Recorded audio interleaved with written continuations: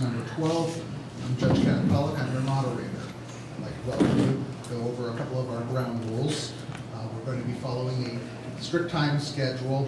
As a timekeeper, when you hear the digital tone, your time has expired. If need be, I will interrupt if you ignore the digital tone.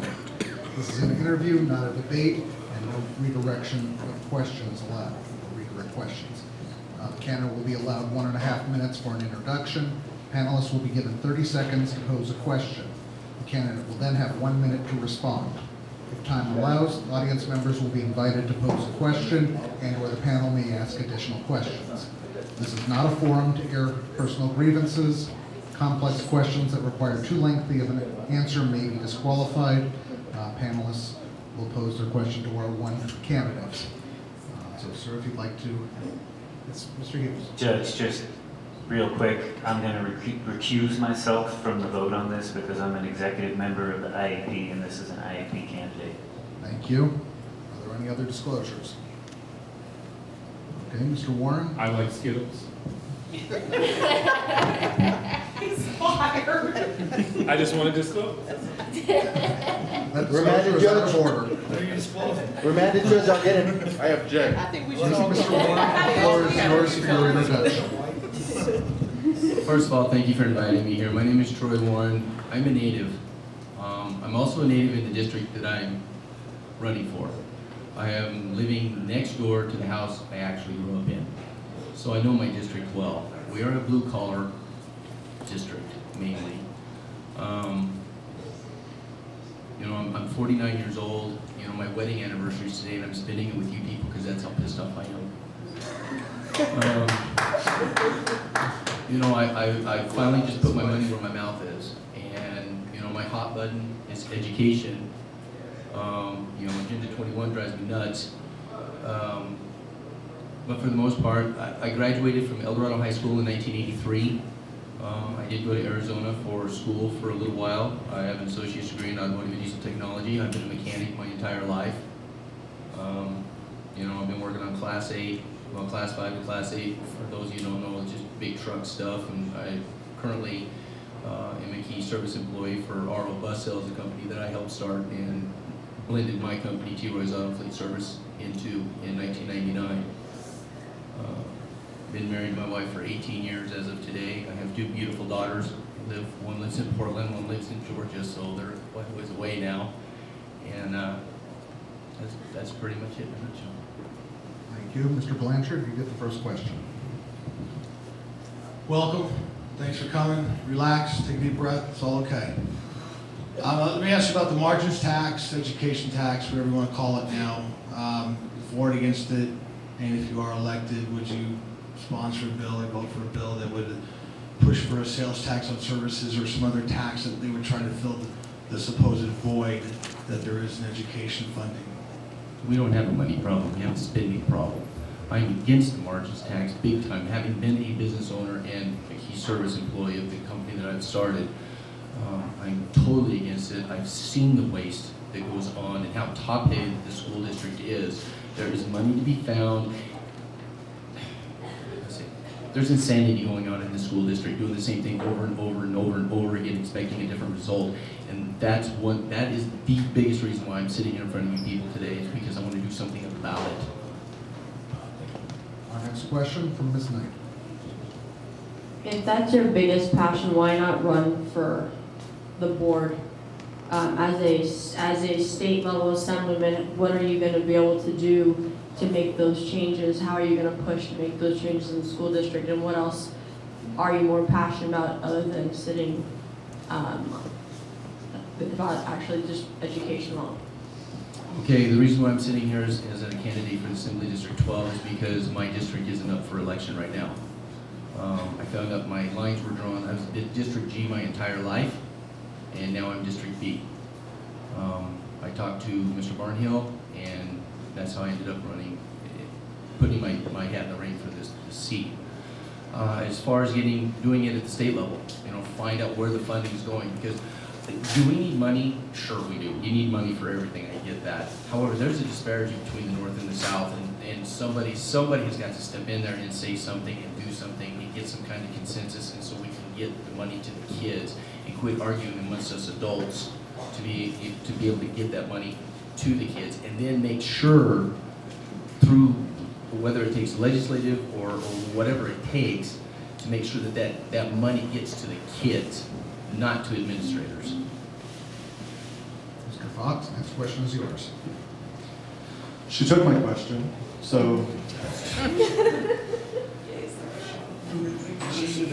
Well, no, my question was. She's reading your notes. Would be, again, why wouldn't you be interested in school trustee, or even a committee for this passion? Because when this passion of yours is addressed or even corrected, then where's your passion? Or do you then become, hold on, in this position where you're going to touch so many other parts of our lives as residents?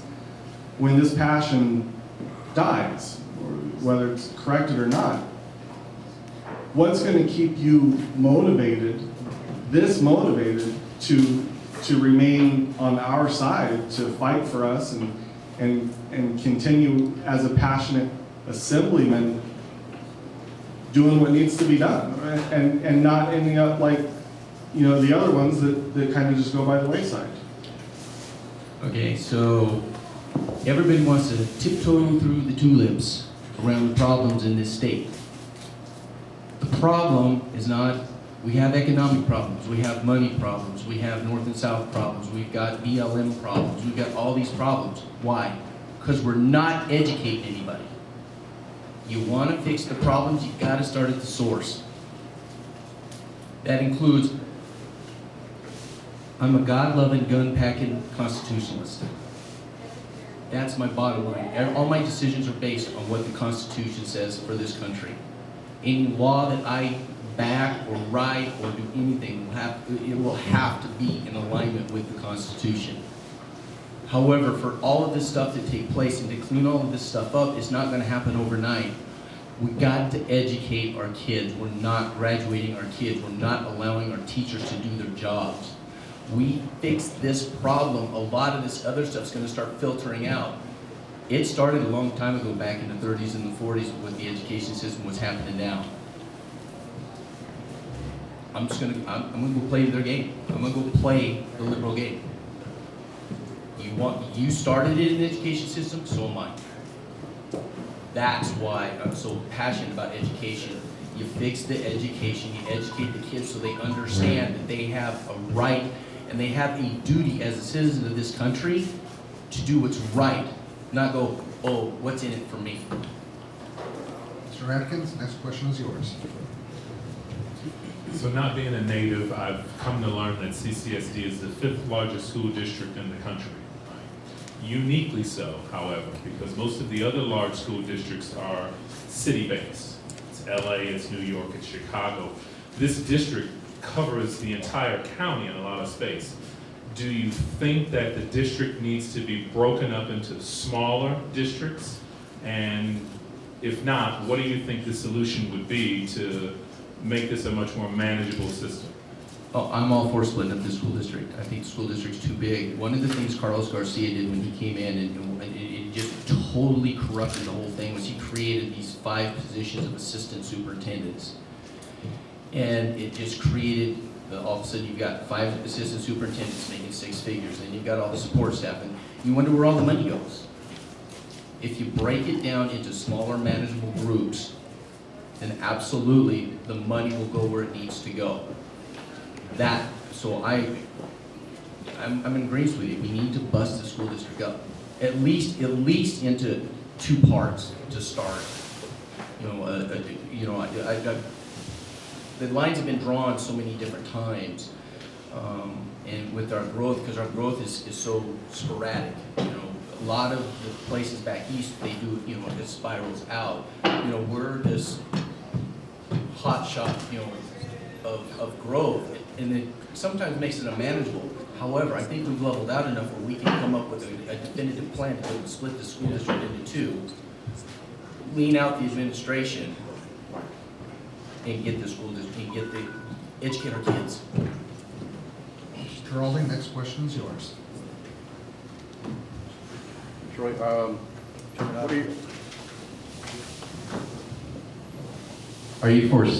are your thoughts for solar energy in Nevada?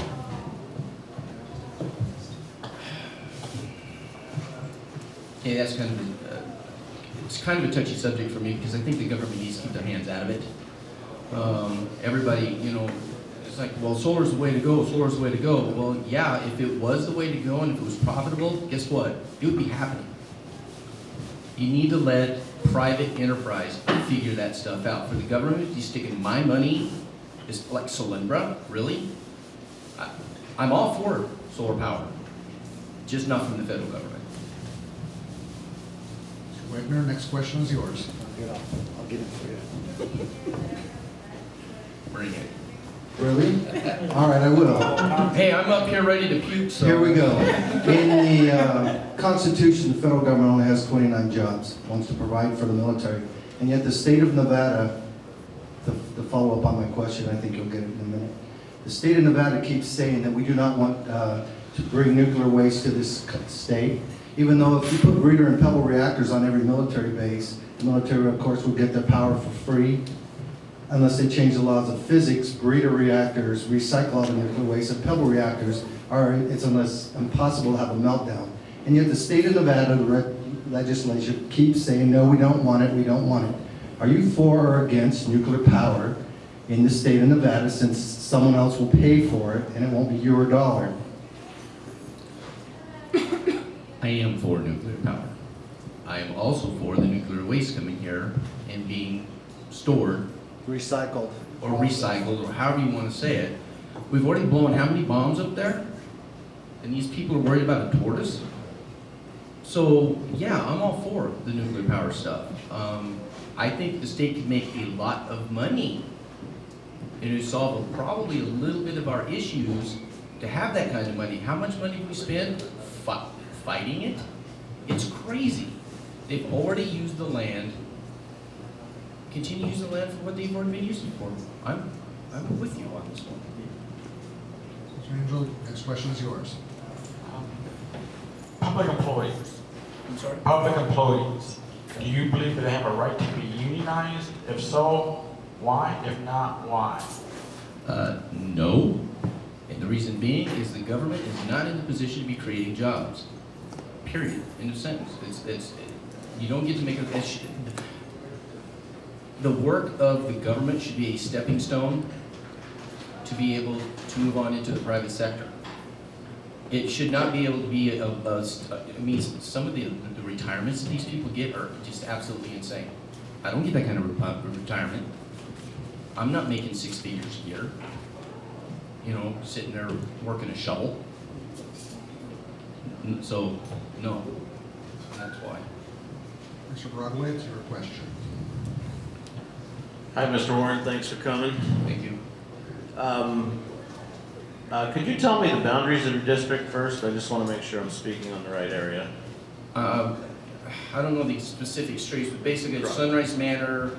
It rolls up around into part of where Lake Mead comes into Henderson in that area, and part of Nellis Orchard.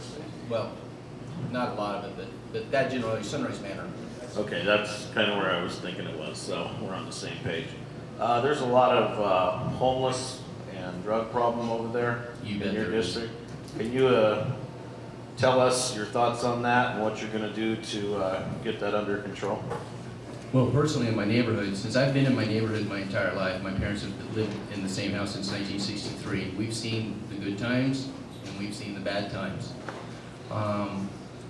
Personally, my parents and myself and my wife, we have eliminated a couple of meth houses, and we've done that through the work of the first, what's it called, First Tuesday through Metropolitan Police Department, and doing what we do. I mean, having a presence, you know, and having, you know, getting education out, creating, what do they call them, neighborhood watch programs. I think the neighborhood watch program was a great deal. For some reason it seems to slide, but that's one of the things that I would like to see pushed up in my area. When Mary Kincaid Chauncey, because this is a real touchy subject with me too, because when Mary Kincaid Chauncey, when she got caught up in all that stuff, she was finally getting stuff done up there. She was actually bringing business in, she was doing stuff, and there was actual changes coming up in our area, because we were kind of like the redheaded stepchildren up there. They would just ignore us. Well then, I don't even want to mention his name, District B Commissioner, Mr. Hatt himself, and we've been dropped again. Absolutely dropped. And then he pops off and calling the Utah people inbreds? That's the kind of people helping my area. So yeah, I'm all for it. Neighborhood watch programs, you know, getting the people out there, understanding that the police are their friends, and creating a community to clean this stuff up. Ms. Mosley, your question. Mr. Warren, good evening, good afternoon. I'm enjoying your answers, thank you. Being a Nevada, Las Vegas native, you have seen some significant changes, and particularly in your area. Yes, ma'am. The population is what I'm speaking of, demographics have shifted significantly. What are your thoughts on undocumented, because you have a lot of Latino population in your district? It's significantly swung one way. What are your thoughts on undocumented immigrants and getting documentation for them? There's a system in place to become a legal citizen in this country. And until it changes, I back it. You know, one of the things that I keep hearing is it's like, well, you know, the kids are citizens and the parents aren't. Well, unfortunately, that's not my problem. My problem is they came over here, my ancestors came over here through Ellis Island in the 1860s from Ireland. They came through Ellis Island. They did it right. They paid the price. Now we're just gonna let people jump the fence, and because they have some kids, now all of a sudden we just have to be able to, I mean, I understand there's a fine line that's gotta be drawn there. The law is the law on that. And it was written pretty clearly, and it's stated out. I don't think it's broken. What's broken is we're not enforcing it. That's my issue with that. I mean, I feel for the kids. I do. But we gotta start somewhere, and we gotta start enforcing the law and protecting our borders. Mr. Kelly, the next question is yours. Mr. Warren, I'd like to know your thoughts on medicinal marijuana, and if you think that it would be a good means of alternative income to supplement our budget. Do I think it'd be a supplement? How do I answer this one? Yes, I am for medicinal marijuana. Truthfully, I don't know where to go with that, because I'm a firm believer that the war on drugs is a dead horse. I think we should legalize it all. I think we should just tax the heck out of it. I mean, I can tell you how much I pay on a bottle of Jack Daniels, and it's legal. You know, I like to drink. You know, if you want to smoke a joint, smoke a joint. You know, just make sure. You know, I'm 49 years old. I've never been arrested, and I don't have a DUI. But I like to drink. You know, be responsible about it. As far as I think it would be a good revenue source, because I know that there's a lot of people out there that use it. I don't personally. Where that money should go, I'm not sure yet. Mr. Jonas, the next question is yours. Okay, Mr. Warren, first off, thank you very much for being here on a Sunday afternoon. So you're very passionate, and you're actually doing something that most people don't do, actually run for office, because they're either afraid or they like to talk a lot but don't like to do things. So I want to thank you very much for stepping up and running for office. You're a breath of fresh air. That being said, if you were to lose this race, how would you keep that passion and get people like yourself to shut up and run for office and try to do something about it like you're doing? Well, first of all, I continue to do stuff in the school district because my district's up in B's up in 16. So actually, that would give me a couple of years to really mount a serious campaign. It's funny you bring that up, that I finally put my money where my mouth is, because I ride obviously I ride Harley Davidson. Just got back from Tombstone. It's our yearly run. It's the 22nd year we've done this run, and everybody was just in awe. They're like, "Oh my God, you actually did it!" However, on the flip side of that, some of the hate mail and emails and unsolicited advice and stuff. Jesus, I understand why people don't do this.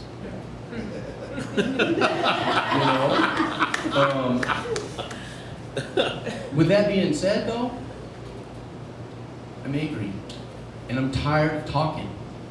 It's time to do something, and that's where I'm at. But yeah, to answer your question, yeah, I would still work with the school district. I would still go and do things with the school district. I mean, El Dorado High School, my cousins were the first graduating class out of there. Then it was me, then it was my sister, and then there was a few years. And then I had some nieces and nephews come out of there. Both of my girls graduated from El Dorado High School. That's my hood. And these are our kids, and this country is hurting, and we need to do something. Mr. Hughes, oh, sorry, you were recused. No, I recused from That's the correct. vote, Oh, not from okay. asking a question. So if you'd like to ask questions. Mr. Warren, thank you for being here today. I was in your shoes about 2 years ago. I got asked by the committee to run for a seat, and I did. When you're sitting up here, do you feel like you need to? Yeah, I did. I was actually going up against John Lee, and so I was feeling like puking even more. My question is, and I asked this to all the candidates, last year Justin Jones had a bill go through, or tried to push one through for background checks. I'm not gonna ask you about the background checks, but the vote on the bill was down party lines, okay? Being an IAP, we don't have a whole lot of people in the Assembly or the Senate. Would you vote for your constituents, or would you vote for the party? As far as whatever comes down the line, if the party came to you and said, vote for this, vote for that, would you vote according to what the Clark County IAP and the state IAP told you to vote for, or would you vote your conscience? What was in line with the Constitution?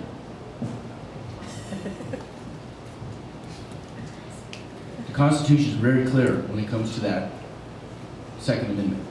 I don't have it in here because I have respect for the place. But I carry everywhere I go. I have a CCW, I've had it for a long time. I've been carrying since I was legal to do so.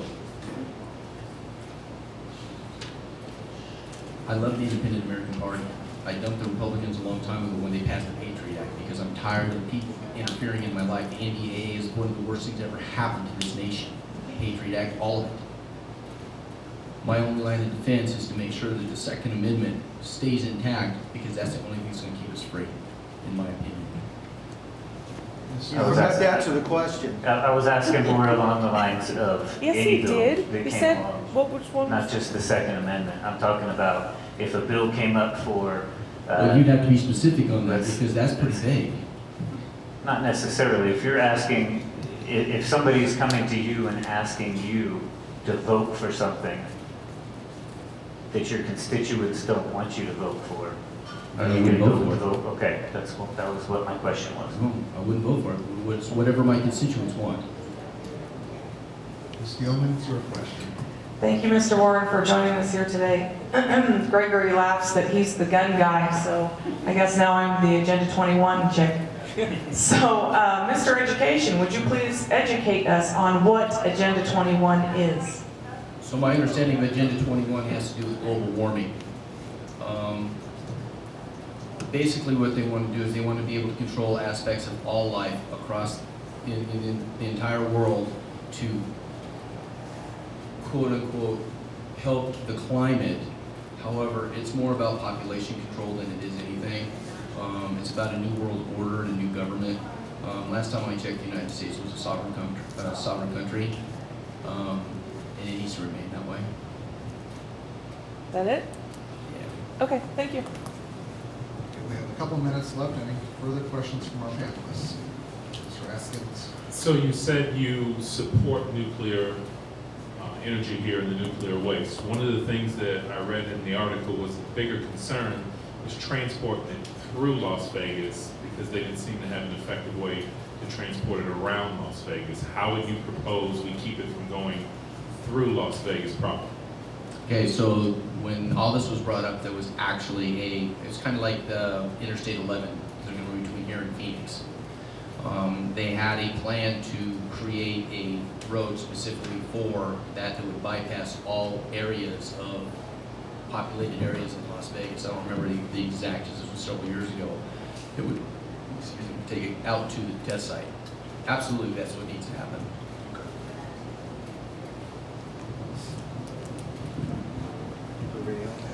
Mr. Fox. I'd like to follow up on Ms. Mosley's question too, and just get some clarification on the undocumented or illegal aliens. You reference if they have children but you're for following the laws that are on the books, and if those laws are to deport, yet they have children that have been born here, go to school here. Well, they're citizens. Children are, parents aren't. How would you handle a situation like that? Where do you stand on that separation or the issue that affects the child?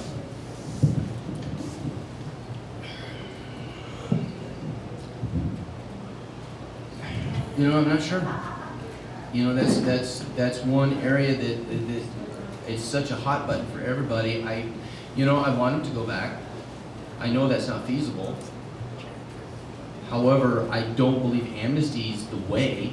You know, they talk about how they have to go to the back of the line. If they could come up with a comprehensive plan, and I know that's an overused word, that would ensure that if they were undocumented, they've been here working, paying their taxes, and have kids, they have to go through the process. And one of the biggest things, learn English. That's part of it. You've got to be able to communicate with us. Because English, even though it's not our national language or whatever you want to call it, that's the primary language spoken here. And that's what needs to be learned to be able to, pass all the tests and become a citizen. I don't know how they're going to say, pay their back taxes and all that. I don't know how you're going to calculate that. That's probably going to be a wash. And that's of no concern to me. What's of concern to me is to make sure that they become legal citizens, they do it the right way, and become citizens. I don't have a problem with becoming citizens. I don't. I encourage it. I just want it done the right way, the legal way, the way my ancestors, and a lot of others too. Next question will be from Mr. Wegner. So the Constitution says lawful jurisdiction thereof, so why do you have a problem saying they're here illegally? Their kids are illegal. They're not lawfully U.S. citizens. Isn't that what the Constitution says? Weren't they born on this? Doesn't matter. It says lawful jurisdiction. Maybe someone should challenge Matter of that. interpretation. You never read it? You say you're a constitutionalist. Judge Pollock? No question. Have you read the Constitution? And have you ever read that part? I'd have to go back and reread it, I guess, because you caught me off guard on that one. I'll give you that one. Well, you told me to go after you, so. Hey, fair enough. Fair enough. That's why I'm here. My ass is on the line. I got it. I'm going to vote for you anyway, so it's, you're all right. Our next question is from Mr. Broadway. I'm just going to run through a few little lists I got here just to kind of see. Campus carry, I kind of think I know your vote, but just there are for or against Yes. on these term limits. Yes. Driver's license for non-immigrants. No. You talking about undocumented? Undocumented. No. Education for kids that their parents are illegally here. They're already in the system, so yes. Education, got to educate them. If we can educate them and get them headed in the right direction, yes. Okay. And state lottery. Oh, yes, absolutely. I'm tired of going to Arizona. I sell all the land down there, so when you go down to Rosie's Cafe, you see my signs. Bro, that's where we hang out. That's where we write to all the time. Yeah. Thank you. Panelists have any additional questions? Does anyone in the audience have any questions? Should I get you again? No. Go for it. Seeing none, Mr. Warren, I want to thank you for participating in the political process, and good luck to you in the upcoming election.